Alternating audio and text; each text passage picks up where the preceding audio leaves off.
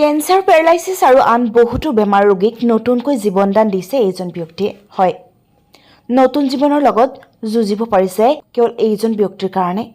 Cancer, পেৰালাইচিছৰ দৰে বেমাৰত মানসিকভাৱে ভাগি পৰা ৰোগীয়ে নতুনকৈ আকৌ খোজ কাঢ়িব লৈছে, নতুন এটা জীৱন পাইছে।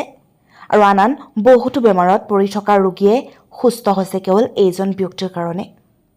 বহু দূৰ দূৰণিৰ পৰা ব্যক্তিসকল আহে এইজন ব্যক্তিৰ ওচৰত। আজি জনাম তেখেতে কেনেকৈ ৰোগীসকলক চিকিৎসা প্ৰদান কৰে। তেন্তে আহকচোন ভিডিঅ'টো আৰম্ভ কৰোঁ।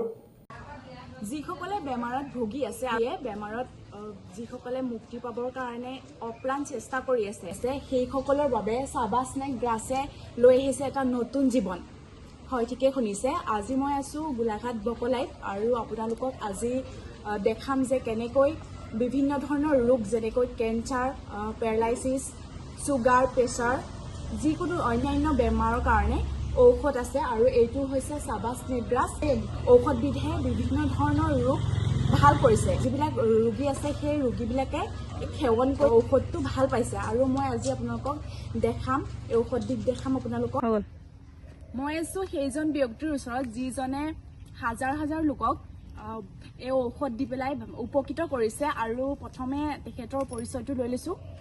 হয়, পোনপ্ৰথমে তোমাক স্বাগতম জনাইছোঁ।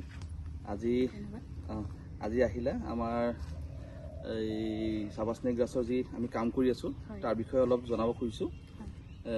এইটো হৈ গ'ল চাবা স্নেক গ্ৰাছ। এইটো খাই পিনি বহু মানুহ বহু ধৰণে উপকৃত হৈছে।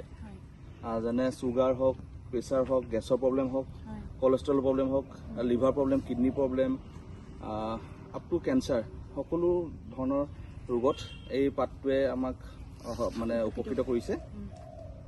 আৰু এইটো কিমান দিন হ'ল আপোনাৰ কৰা? মই এইটো 2018 পৰা কৰি আছোঁ। 18 পৰা কৰি পিনি বহু ৰাইজ, বহু জেগাৰ, অসমৰ লগতে মানে আমাৰ ভাৰতৰ বিভিন্ন জেগাৰ লগতে ভাৰতৰ বাহিৰতো বহু লোকে আমাৰ লৈছে, খাই পিনি বহুত উপকৃত হৈছে। আৰু আমাৰতো ওচৰতো খাইছে মানুহে তেনেকৈ চবে। ঠিকে আছে। অহাৰ মেইন উদ্দেশ্যটো এইটো নাছিলে ভিডিঅ' বনোৱাৰ, কাৰণ মোৰ বৰ্তাৰ কাৰণে আহিছিলোঁ আৰু আমিও এনেকৈ গম পাইছিলোঁ তেখেতৰ কথা যে এনেকৈ ঔষধ দিয়ে আৰু সেইবাবে ময়ো আজি ইয়াত উপস্থিত আছোঁ। আৰু তেখেতে কৈছে আপোনালোকক, আৰু আপোনালোকে যদি কোনোবাই ঔষধটো ল'ব বিচাৰে তেনেহ'লে আপোনালোকে, মোৰ মতে আপোনালোকে ইয়াত আহিব, নহয় জানো? হয় হয়, আমি এবাৰ প্ৰথমবাৰ অহাটো বিচাৰোঁ যাতে তেখেতৰ গোটেই প্ৰব্লেমখিনি জানি লওঁ। কিন্তু কিছুমান ৰোগীৰ কাৰণে আমি এতিয়া পঠাই দিবলগীয়া হৈছে তেওঁলোকৰ ৰিপৰ্টখিনি চাই, কিন্তু সেইটো বহুত অকণমান পটককৈ অকণমান টাইম লাগে সেইখিনিৰ কাৰণে। কিন্তু যদি ইয়াত আহে আমি ৰিপৰ্ট চিপৰ্ট চাই ভালকৈ তেখেতলোকক কেনেকৈ খাব লাগে গোটেই বিধানটো দি পানি তেখেতলোকক নেক্সট টাইমৰ পৰা তেখেতলোকক আমি কুৰিয়াৰ হওক, বাছত হওক, আমি তেখেতলোকক এভেইলেবল কৰি দিওঁ। ফাৰ্ষ্ট টাইম আমি আহিলে কি হয় কথাখিনি সুবিধা হয়, কোনটো ষ্টেজত আছে আপোনালোকক চাই পেলাই বা ৰোগীজনক চাই পেলাই তেখেতে দিহা পৰামৰ্শ দিব কেনেকৈ খাব লাগে, সেইটো হিচাপত আপোনালোকে খাব পাৰিব। আৰু যিসকল আহিব নোৱাৰে তেখেতসকলক মই স্ক্ৰীণত নাম্বাৰ দি দিছোঁ, তেখেতসকলে তাৰ পৰা অৰ্ডাৰ কৰিব পাৰিব। আপোনালোকে কল কৰিলে হ'ল, সকলোখিনি বুজাই দিব কেনেকৈ ল'ব লাগে, আপোনালোকে পাই যাব। আপোনালোকে বেনাৰখন দেখিছে আৰু এই বেনাৰখনত সকলোখিনি দিয়া আছে। চাওক, ইয়াতে দেখিছে আপোনাৰ স্বাস্থ্য উপকাৰিতা, কৰ্কট ৰোগ, কেঞ্চাৰ নিৰাময় কেনেকৈ কৰে, পৰিহাৰ কৰিবলগীয়া খাদ্যসমূহ, কি কি আপোনালোকে খাব নালাগে আৰু কি কি খাব লাগিব, গোটেইখিনি ইয়াতে দি থোৱা আছে।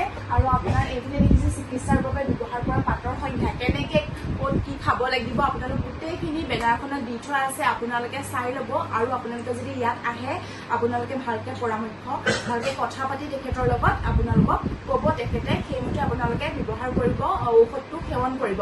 লগতে জনাওঁ যে আপোনালোকে অৰ্ডাৰ কৰিব বিচাৰে, স্ক্ৰীণত নাম্বাৰ দিয়া থাকিব, সেই নাম্বাৰত আপোনালোকে কল কৰি আপোনালোকে ভালকৈ পাতি ল'ব আৰু আপোনালোকে অৰ্ডাৰ ল'ব পাৰিব।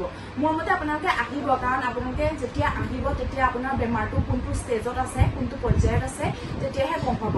তেতিয়া আপোনালোকে ভালকৈ সুধি পুচি ল'লে তেতিয়া ঔষধটো সেৱন কৰিলে মোৰ মতে বেছি ভাল হ'ব। বাকী ভিডিঅ'টো চাই ভাল পালে লাইক শ্বেয়াৰ কৰি আপোনালোকৰ বন্ধুবৰ্গৰ মাজলৈ লৈ যাব। ধন্যবাদ।